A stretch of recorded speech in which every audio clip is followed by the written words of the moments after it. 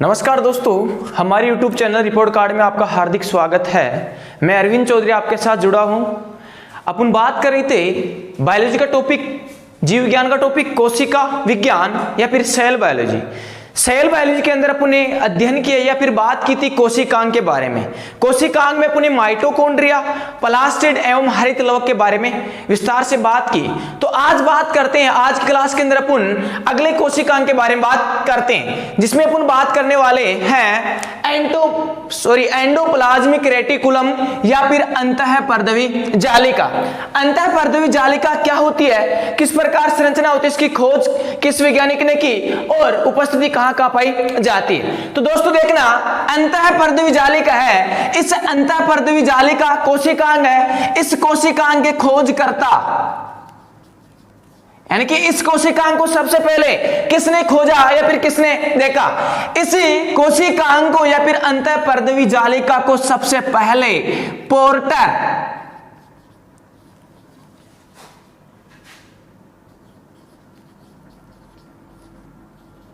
वह फुलाम नामक वैज्ञानिक ने देखा। किसने? पोर्टर व फुलाम नामक वैज्ञानिक ने देखा। क्या कहा कि संरचना क्या होती है, अर्थात पोर्टर नामक वैज्ञानिक ने कहा कि जो अपनी कोशिका होती है या फिर सजीव की कोशिका होती है, उस कोशिका के मध्य के अंदर या फिर जो केंद्रक पाया जाता है, इस केंद्रक के चारों ओर, इस केंद्रक के चारों ओर या फिर कोशिका द्रव्य में एक महीन संरचना या फिर नलिका रूपी संरचना होती है, जो केंद्र के चारों ओर पाई जाती है और एक दूसरे चिपककर एक जटिल संरचना का निर्माण करती है। इस जटिल संरचना को ही एंडोप्लाज्मिक रेटिकुलम या फिर अंतःपर्दवी जालिका कहा जाता है। और कहा कि अंतःपर्दवी जालिका है, इसका विस्तार से वर्णन इसके शब्द या फिर इसके नाम से पता चलता है। तो देखना, अंतःपर्दवी जालिका अर्थात अंतः यानी कि कोशिका द्रव्य, पर्दवी अंदर की तरफ, कोशिका के मध्य की तरफ, जालिका जाल के रूप में बात करते हैं कि केंद्र के चारों ओर या फिर कोशिका द्रव्य में पाई जाने वाली महीन सूक्ष्म नलिका रूपी या फिर थैलेनुमा संरचना, जो नलिका रूपी संरचना होती है, उस नलिका रूपी संरचना के अंदर भी कुछ थैलेनुमा संरचना पाई जाती है, जो आपस में मिलकर एक जटिल संरचना का निर्माण करते हैं और उस जटिल संरचना को ही अंतःपर्दवी जालिका या फिर एंडोप्लाज्मिक रेटिकुलम कहा जाता है। तो बात करते हैं कि महीन कर्णनुमा नलिका रूपी संरचना जिसमें कुछ थैलेनुमा संरचनाएं पाई जाती है, जिसमें कुछ थैलेनुमा संरचना भी पाई जाती है। इस थैलेनुमा सूक्ष्म महीन नलिका रूपी संरचना को ही अंतःपर्दवी जालिका कहा जाता है। तो बात करते हैं कि इसके बारे में संरचना क्या होती है, लेकिन उससे पहले पता होना चाहिए कि एंडोप्लाज्मिक रेटिकुलम या फिर अंतःपर्दवी जालिका किन किन कोशिकाओं के अंदर उपस्थित होती है और किन किन कोशिकाओं के अंदर इनका अभाव पाया जाता है, जिसको वितरण के तौर पर पढ़ा जाता है।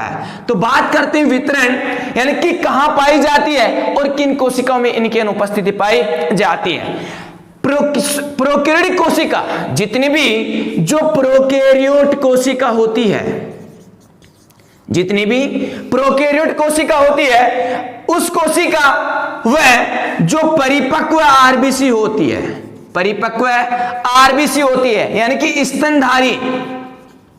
स्तनधारी प्राणियों की परिपक्व आरबीसी कोशिका, वह समस्त प्रोकैरियोटिक कोशिकाओं में एंडोप्लाज्मिक रेटिकुलम या फिर ईआर का अभाव पाया जाता है, यानी कि यह अनुपस्थित होती है। किसमें? प्रोकैरियोटिक कोशिका एवं जो स्तनधारी प्राणी है, उन स्तनधारी प्राणियों की परिपक्व आरबीसी के अंदर या फिर परिपक्व आरबीसी कोशिकाओं में ईआर का अंतःपर्दवी जालिका का पूर्णतः अभाव पाया जाता है। तो उपस्थिति की बात करते हैं, समस्त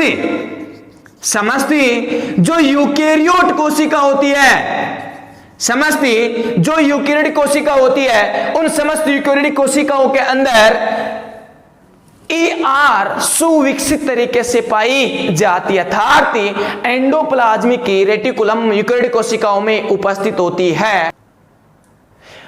समझती यूकेरियोटिक कोशिकाओं के अंदर की उपस्थिति होती है, जबकि प्रोकैरियोटिक कोशिका वह स्तनधारी प्राणी यूकेरियोटिक कोशिका के उदाहरण है, यानी कि यूकेरियोटिक जीव है, लेकिन स्तनधारी प्राणी की जो परिपक्व कोशिका होती है आरबीसी कोशिका, उनके अंदर का अभाव पाया जाता है। क्लियर?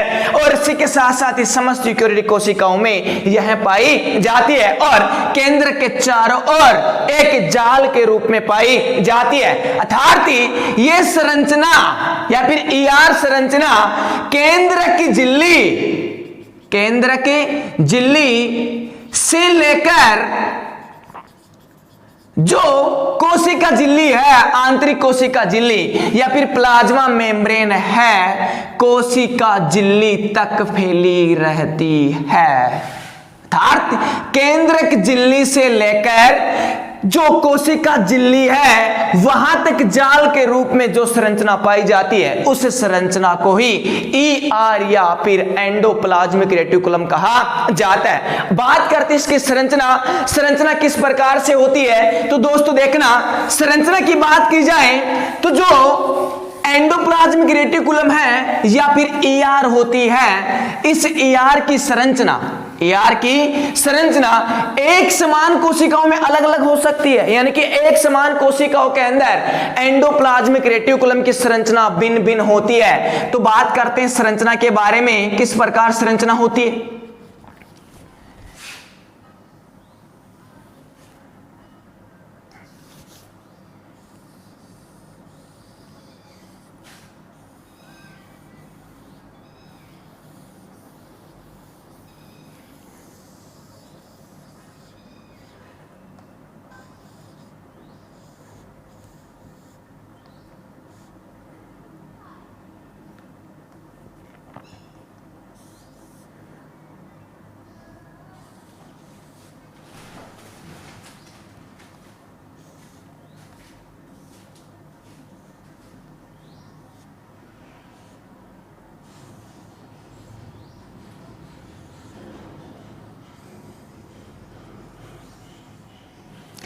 यानी कि संरचना इस प्रकार से पाई जाती है।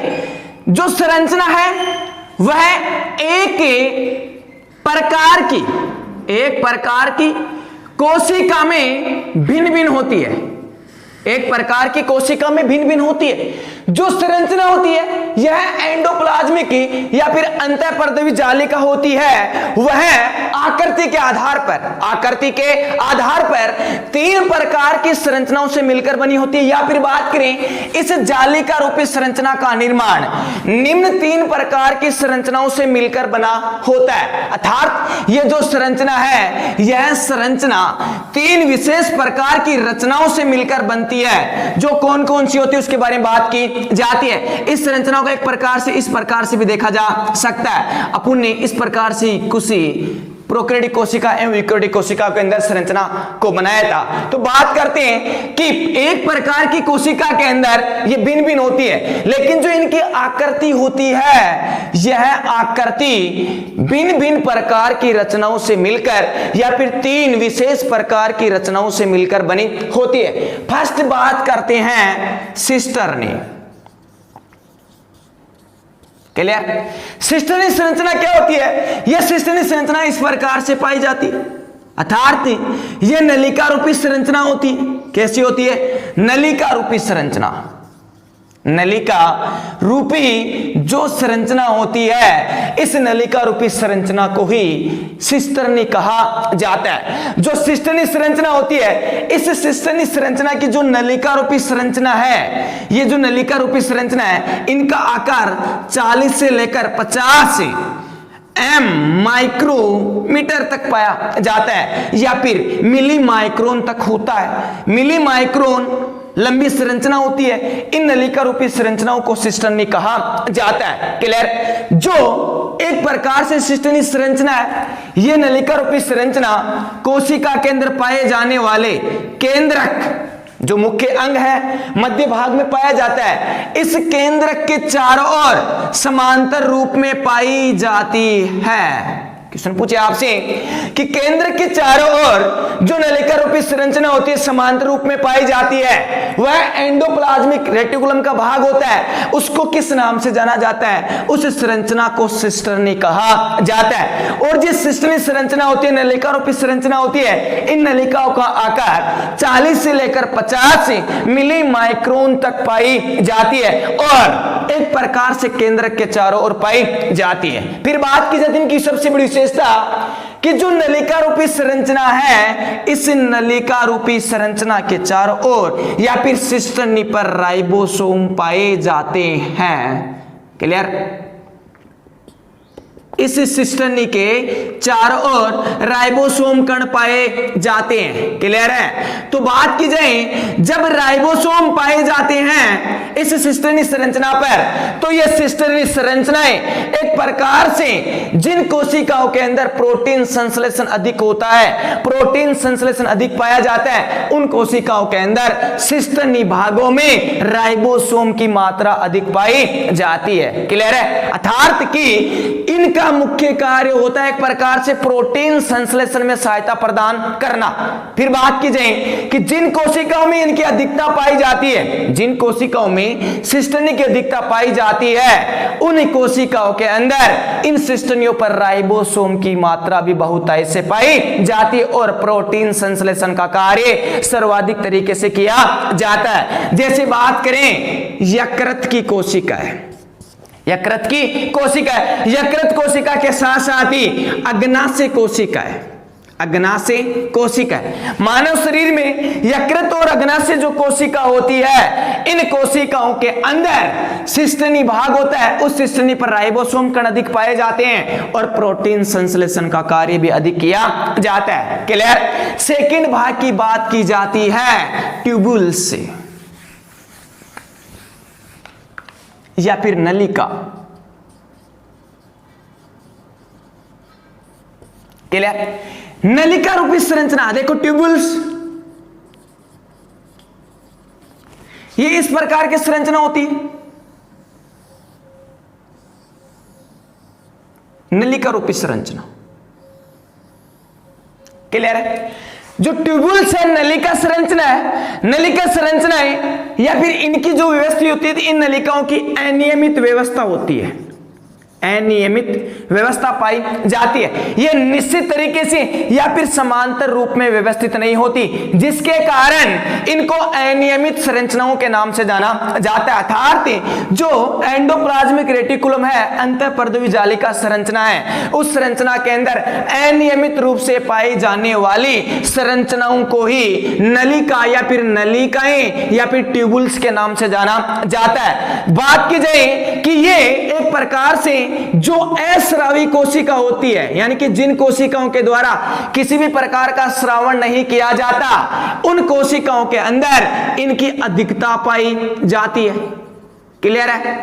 अस्रावी कोशिकाओं के अंदर, यानी कि जो कोशिकाएं किसी भी प्रकार का श्रावण नहीं करती, उन कोशिकाओं के अंदर नलिका रूपी संरचनाओं की अधिकता पाई जाती है। इसके साथ साथ ही जो रेखीय पेशी कोशिका होती है, उन रेखीय पेशी कोशिकाओं में भी ये नलिकाएं बहुतायत से पाई जाती है या फिर इनको बहुतायत से देखा जा सकता है। बात करते हैं नलिकाओं की संरचना है, इनका आकार क्या होता है? इन नलिकाओं का आकार 50 से लेकर 100 मिली माइक्रोन तक होता है, जबकि सिस्टर्नी का 40 से लेकर 50 तक था। अर्थात ये सिस्ट नलिकाएं संरचनाएं सिस्टर्नी से बड़ी होती है। इनका आकार या फिर इनका व्यास 50 से लेकर 100 मिली माइक्रोन तक पाया जाता है। अनियमित संरचना पाई जाती है और इनकी अधिकता अस्रावी कोशिका या फिर रेखीय पेशी कोशिकाओं के अंदर पाई जाती है। बात करते हैं कि इसके पश्चात जो संरचना होती है नलिका संरचना है, सेकंड भाग। नलिका संरचना के पश्चात जो तीसरी संरचना होती है, उस तीसरी संरचना के बारे में बात करते हैं। उसको कहा जाता है वेसिकल से या फिर पुट्टिका, वेसिकल से या फिर पुट्टिकाएं। क्लियर है? एक प्रकार की संरचना इस प्रकार से सिस्टर्नी संरचना हो गई। दूसरी संरचना इस प्रकार से नलिका रूपी संरचना। तीसरी संरचना होती है वेसिकल्स, ये गोलाकार संरचना होती है। कैसी संरचना होती है? गोलाकार संरचना होती है। अर्थात बात करें कि जो पुट्टिकाएं होती है, ये पुट्टिकाएं संरचनाएं गोलाकार संरचना होती है या फिर अंडाकार हो सकती है, गोलाकार या अंडाकार। गोलाकार या अंडाकार रूप की जो संरचना पाई जाती है उनको वेसिकल्स या फिर पुट्टिका कहा जाता है। इनका व्यास होता है वह 20 से लेकर इनका व्यास होता है 20 से लेकर अधिकतम 500 एंगस्ट्रोम तक पाया जा सकता है। क्लियर है? अर्थात कि वेसिकल संरचना या गोलाकार संरचना, अंडाकार संरचना या फिर पुट्टिकाएं होती है, इनका व्यास या फिर इनका आकार 20 से लेकर 500 एंगस्ट्रोम तक पाया जाता है। यह संरचना एक प्रकार से थैलियों के रूप में पाई जाती है। किसके रूप में? थैलियों के रूप में पाई जाती है। इसीलिए कहा जाता है कि एंडोप्लाज्मिक या फिर ईआर अंतःपर्दवी जालिका एक नलिका रूपी संरचना होती है जिसमें कुछ थैलीनुमा संरचनाओं का आवरण या फिर विन्यास भी पाया जाता है। और यह थैलीनुमा संरचना एक प्रकार से पुट्टिकाएं होती है। इस कारण इसकी वजह से ही ईआर को या फिर अंतःपर्दवी जालिका को एंडोप्लाज्मिक रेटिकुलम के नाम से जाना जाता है। क्लियर है? इसके बारे में बात की संरचना 3 प्रकार से मिलकर बनी होती है, यानी कि 3 संरचनाओं से मिलकर बनी होती है। फर्स्ट सिस्टर्नी, जिसके बारे में बात की कि नलिका रूपी संरचना है। कौन संरचना है? नलिका रूपी संरचना। आकार 40 से 50 मिली माइक्रोन। जबकि दूसरा भाग है नलिकाएं या फिर ट्यूबुल्स, इनका आकार 50 से लेकर 100 मिली माइक्रोन तक ये नलिका संरचना होती है, अनियमित संरचना होती है। जबकि नलिका नियमित संरचना होती है और समांतर रूप से पाई जाती है। इन पर राइबोसोम की अधिकता पाई जाती है। यहां तक बात करते हैं कि ईआर होती है या फिर अंतःपर्दवी जालिका होती है, उसकी संरचना एक यानी कि जो समान कोशिकाएं होती है, उन समान कोशिकाओं के अंदर भी इनकी आकृति या फिर संरचना अनियमित या फिर एक प्रकार से असमान पाई जाती है, क्योंकि इसका निर्माण 3 निम्न प्रकार की संरचनाओं से मिलकर बना होता है। अब बात की जाती है कि इसके अंदर जो भाग होते हैं या कि इसके कितने प्रकार होते हैं। जो ईआर होता है, इस ईआर को मुख्यतः 2 भागों में डिवाइड किया जाता है। कितने भागों में? 2 भागों में। तो बात करते हैं types of ER. Types of ER, प्रकार, ईआर के प्रकार। ईआर के प्रकार यानी कि अंतःपर्दवी जालिका होती है, इसके प्रकार मुख्यतः राइबोसोम की उपस्थिति या फिर अनुपस्थिति के आधार पर होती है। राइबोसोम की उपस्थिति व अनुपस्थिति के आधार पर ईआर को 2 भागों में डिवाइड किया जाता है।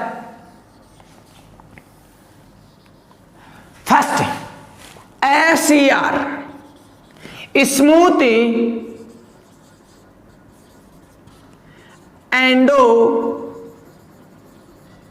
एंडोप्लाज्मिक रेटिकुलम या फिर चिकनी अंतःपर्दवी जालिका। क्लियर? स्मूथ एंडोप्लाज्मिक रेटिकुलम, इसे स्मूथ क्यों कहते हैं? बात करते हैं कि ऐसे ईआर या फिर ऐसी अंतःपर्दवी जालिका जिसके बाहरी सतह पर राइबोसोम कण अनुपस्थित होते हैं। राइबोसोम कण अनुपस्थित होते हैं। क्लियर है? बात करें कि ऐसे ER या फिर ER का वह भाग, ER का वह भाग या फिर ER का वह प्रकार जिसके बाहरी सतह पर राइबोसोम कण नहीं पाए जाते, उस संरचना को SER या फिर स्मूथ एंडोप्लाज्मिक रेटिकुलम कहा जाता है। क्लियर है? बात की जाए कि SER संरचना है या फिर जो चिकनी अंतःपर्दवी जालिका है, यह चिकने अंतःपर्दवी जालिकाएं एक प्रकार से कहां पर पाई जाती है, अर्थात कि जिन कोशिकाओं के द्वारा वसा व स्टेरॉइड से, यानी कि जिन कोशिकाओं में वसा व स्टेरॉइड्स का संश्लेषण होता है, उन कोशिकाओं के अंदर SER अधिक पाई जाती है। यानी कि बात करें SER या फिर एंडोप्लाज्मिक रेटिकुलम जिन कोशिकाओं में पाई जाती है, उन कोशिकाओं के द्वारा वसा व स्टेरॉइड का संश्लेषण किया जाता है, या फिर एक प्रकार से जिस कोशिका में यह उपस्थित होती है, उस कोशिका के द्वारा वसा स्टेरॉइड्स का निर्माण किया जाता है। जैसे बात करेंगे वर्कक, यानी कि जो किडनी होती है, वर्कक की कुछ नलिकाकार कोशिका,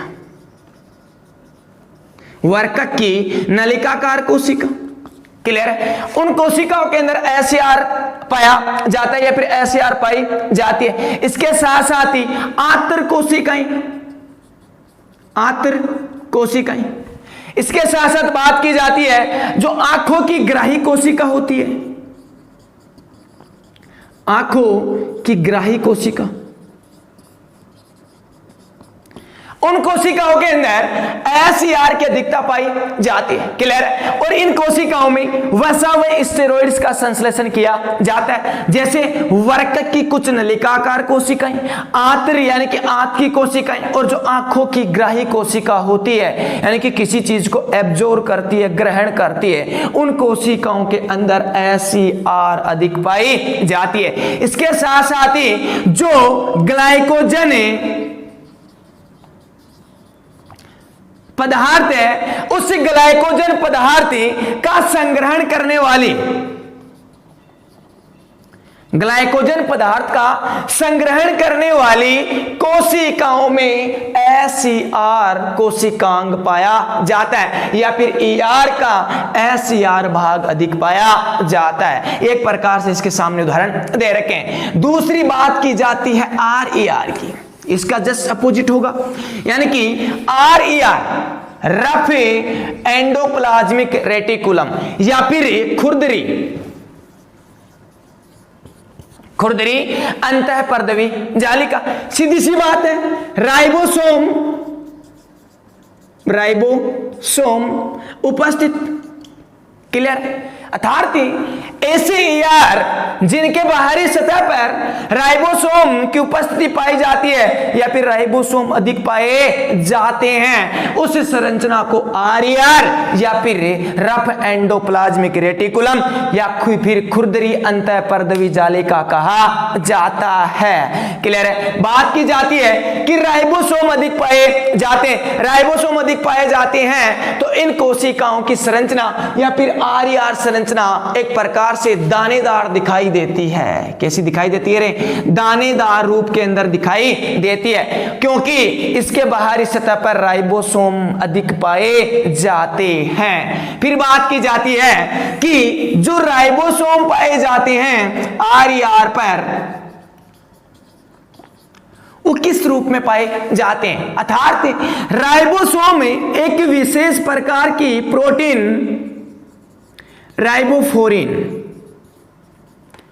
एक विशेष प्रकार की प्रोटीन राइबोफ्लोरिन के द्वारा RER से जुड़े रहते हैं। क्लियर है? अर्थात RER पर जो राइबोसोम पाए जाते हैं, उन राइबोसोम्स को जोड़े रखने का कार्य राइबोफ्लोरिन प्रोटीन के द्वारा किया जाता है, और ये राइबोसोम प्रोटीन संश्लेषण में अपनी महत्वपूर्ण भूमिका निभाते हैं। इसके साथ साथ ही बात करते हैं कि जो राइबोसोम होते हैं, राइबोसोम का आकार आकार कैसा होता है, यानी कि जो राइबोसोम पाए जाते हैं RER पर, उसका व्यास कैसा होता है। इसका व्यास एक प्रकार से 100 से लेकर 150 माइक्रोमीटर तक पाया जाता है, या फिर इसको एंगस्ट्रोम में भी पढ़ा जाता है। क्लियर है। लेकिन बात करते हैं कि जो राइबोसोम होते हैं, राइबोसोम की क्या विशेषता होती है, अर्थात जो RER पर राइबोसोम पाए जाते हैं यह किसके द्वारा निर्मित होते हैं। यह राइबोसोम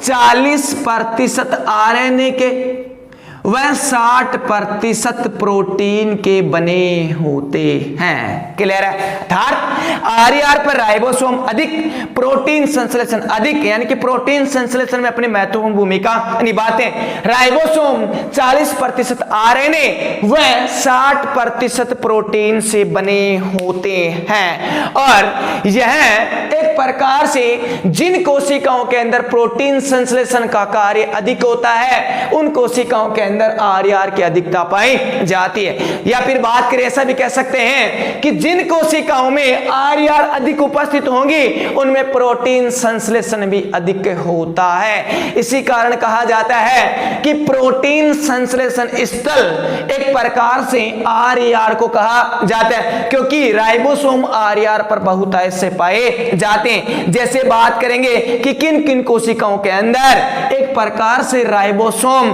के द्वारा प्रोटीन संश्लेषण अधिक किया जाता है, या फिर RER की अधिकता पाई जाती है। जैसे यकृत की कुछ कोशिका होती है, वह अग्नाशय की कुछ कोशिका होती है, उन कोशिकाओं के अंदर RER की अधिकता पाई जाती है, और प्रोटीन संश्लेषण का कार्य बहुतायत से किया जाता है। क्लियर है। इसके साथ साथ ही यह एक प्रकार से जो RER होता है, यह इन कोशिकाओं के अंदर, यकृत व अग्नाशय कोशिकाओं के अंदर एक जाल के रूप में कार्य करते हैं। क्लियर है। अर्थात कि जो ER होता है, एंडोप्लाज्मिक रेटिकुलम होता है, अंतःपर्दवी जालिका होती है, उस अंतःपर्दवी जालिका में एक जाल के रूप में व्यवहार या फिर जाल के रूप में कार्य RER के द्वारा किया जाता है। या फिर ऐसा भी कहा जा सकता है कि RER ही केंद्रक झिल्ली से लेकर कोशिका झिल्ली तक फैला रहता है। क्लियर है। यह आपने संरचना के बारे में बात की, प्रकार के बारे में बात की। अब बात करते हैं एंडोप्लाज्मिक रेटिकुलम के कार्य कि इस कोशिकांग के द्वारा क्या क्या कार्य किए जाते हैं। फंक्शंस ऑफ ER, कार्य क्या होगा देखना। फर्स्ट कार्य होता है एक प्रकार से देखा जाए कि पदार्थों का आदान प्रदान, पदार्थों का आदान प्रदान। क्लियर।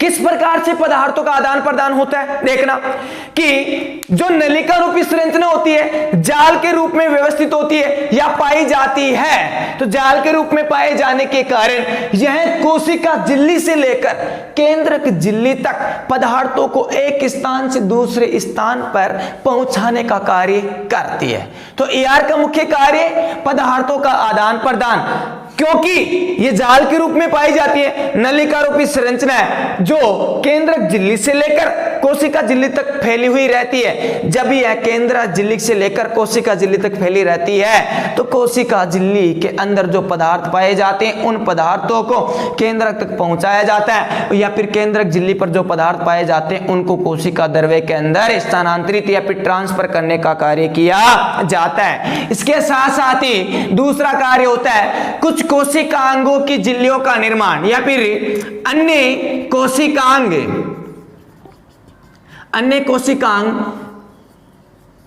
झिल्लियों का निर्माण। कोशिकांग है फिर भी दूसरे कोशिकांगों की जो बाहरी झिल्ली है उनके निर्माण में सहायक होता है, जैसे कि माइटोकॉन्ड्रिया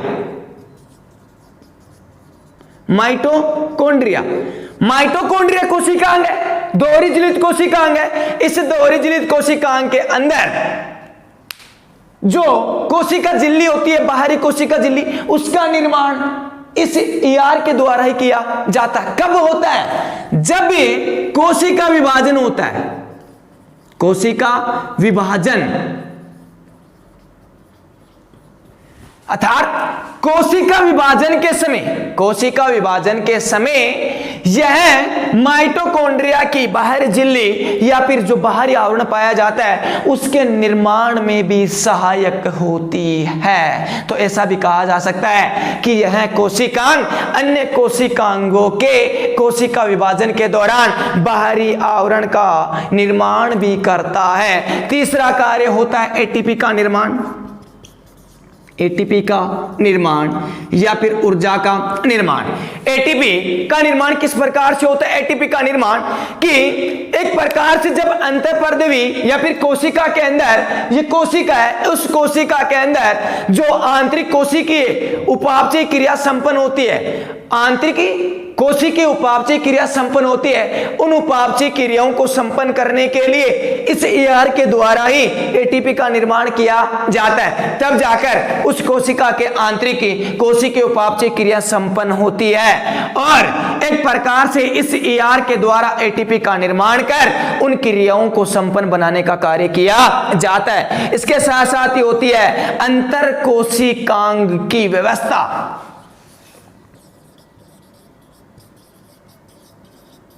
अंतर कोशिकीय कोशिकांग व्यवस्था, क्लियर? देखो, अंतर कोशिकीय कोशिकांग, कोशिका के अंदर पाए जाने वाले कोशिका को एक निश्चित स्थान पर बांधे रखने का कार्य किया जाता है। सीधी सी बात है कि ये जाल के रूप में केंद्रक झिल्ली से लेकर कोशिका झिल्ली तक फैली हुई रहती है संरचना। तो इसी संरचना के अंदर जो कोशिकांग पाई जाती है वह समस्त कोशिकांग अपने निश्चित स्थान पर विन्यासित रहते हैं या फिर कोशिकांगों को अपने निश्चित स्थान पर बांधे रखने का कार्य ER के द्वारा ही किया जाता है। इसके साथ साथ होता है संश्लेषण का कार्य, संश्लेषण का कार्य, क्लियर? संश्लेषण बात की कि RER और SER, RER राइबोसोम अधिक, प्रोटीन संश्लेषण का कार्य अधिक, और SER राइबोसोम अनुपस्थित तो वसा, स्टेरॉइड आदि का कार्य या फिर संश्लेषण का कार्य किया जाता है। तो ऐसा कहा जाता है कि जो कोशिका है, कोशिका के अंदर ER के द्वारा प्रोटीन संश्लेषण, वसा का संश्लेषण, प्रोटीन संश्लेषण, वसा संश्लेषण या फिर स्टेरॉइड संश्लेषण निर्माण में भी अपनी महत्वपूर्ण भागीदारी या फिर महत्वपूर्ण भूमिका निभाई जाती है। इसके साथ साथ बात की जाती है उपापचय क्रियाओं को संपन्न करना, उपापचय क्रियाओं में, क्लियर है? उपापचय यानी कि कोशिका के अंदर होने वाली, कोशिका के अंदर होने वाली या फिर कोशिका द्रव्य से या फिर कोशिका द्रव्य के अंदर उपस्थित रहते हुए यह एक प्रकार से उस कोशिका द्रव्य से अलग होकर, उसे कोशिका द्रव्य से अलग होकर एक प्रकार से उपापचय क्रियाओं को संपन्न करते हुए कुछ विशेष प्रकार के उत्पादों का निर्माण करती है, जिस कारण कहा जाता है कि ER कोशिका द्रव्य से अलग होकर उपापचय क्रियाओं को संपन्न कर उपापचय पदार्थों का निर्माण करने में सक्षम होती है या फिर निर्माण करने में अपनी महत्वपूर्ण भूमिका निभाती है। तो दोस्तों इस प्रकार से ER विशेष कार्यों को संपन्न करती है, क्लियर है? इस कारण इस ER को एक जाल के रूप में पढ़ा जाता है। तो दोस्तों आज की क्लास के अंदर अपन अंतःपर्दवी जालिका के अंदर ही बात करेंगे।